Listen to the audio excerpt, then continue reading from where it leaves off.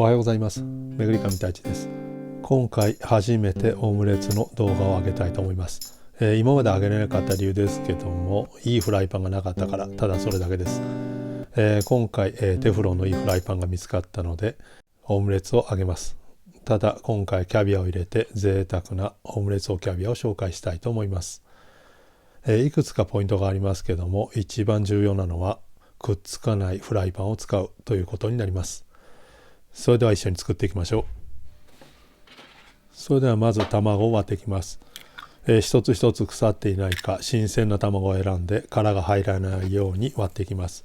そこにシンプルに汗染め、塩コショウで汗染めします。今回塩はちょっと控えめにしています。キャビアが入りますので塩味は控えめにしています。ここでまずポイントですけども、よく混ぜるということですね。卵白のコシを折るという感じです。卵白のプリッとしたものをきっちりと混ぜ切ってコシを折ります。今回フォークを使ってますけども、泡立て器でも構いません。量が少ないのでフォークで混ぜています。今回量が少ないので、殻が入っていないのも確認できていますけども、量が多ければパッセをして殻が入っていないか確認した方がいいと思います。それではまずフライパンを温めて、そこに無塩バターですね。バターを入れてゆっくりと溶かしていきます。この時バターが焦げないようにまんべんなくフライパンを動かしながら全体にバターを引くような感じで溶かしていきます。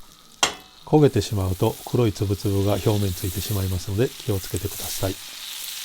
このようにフライパンをちょっと上げて火から遠ざけながら全体に溶かしていきます。このようにですね、全体的に泡の状態ですね、ムース状になったらここに先ほど溶きほぐした卵を入れます。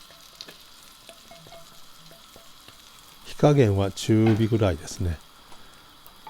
入れたらまずフライパンを前後に揺すりながら火の通ったところを取りながらスクランブルエッグを作る要領で混ぜていきます。この時フライパンの温度は中火でずっとそのまま火を入れていきます。基本的に中がピューレ状で周りにきれいに焼き固めた状態で巻くのがポイントになります。まだこの生の液体がある状態ですね。これだともうちょっと火を入れた方がいいです。常にフライパン全体で火が入ったところを剥がしながらスクランブルエッグを作っていきます。これぐらいですね。とろっとしてきたらここで一旦火を弱めてからキャビアを入れます。この時ですけども、あまり火は強くない状態ですね。手早くしないと色がついてしまいます。このようにガルニチュールを入れ終わったら元の火のサイズ、中火に戻します。で、全体的に火の入った層が一層できたら、このようにまず形を作っていきます。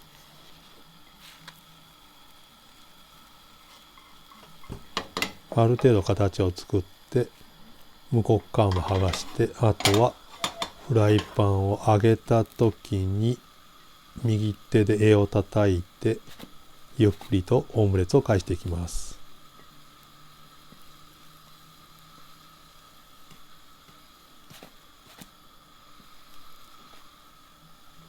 このような感じに返します。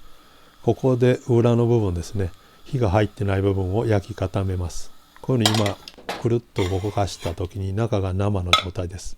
ここから素早く盛り付けをします。あとは温かいお皿に盛り付けて、ある程度形を整えて最後上にキャビアを乗せます。これで完成になります。この後ちょっと溶かしたバターを表面にハケで塗ってきれいに光らしても構わないと思います。それでは手早く切っていきます。こう切った時にですね、中からスクランブルエッグ状のものがとろっと出てくる状態です。それが一番いい状態になります。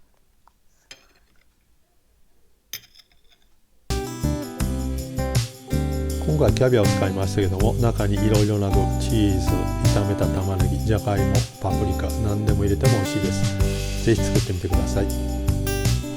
最後までご視聴ありがとうございました。また次回もよろしくお願いします。それではお疲れ様でした。ボナペティー。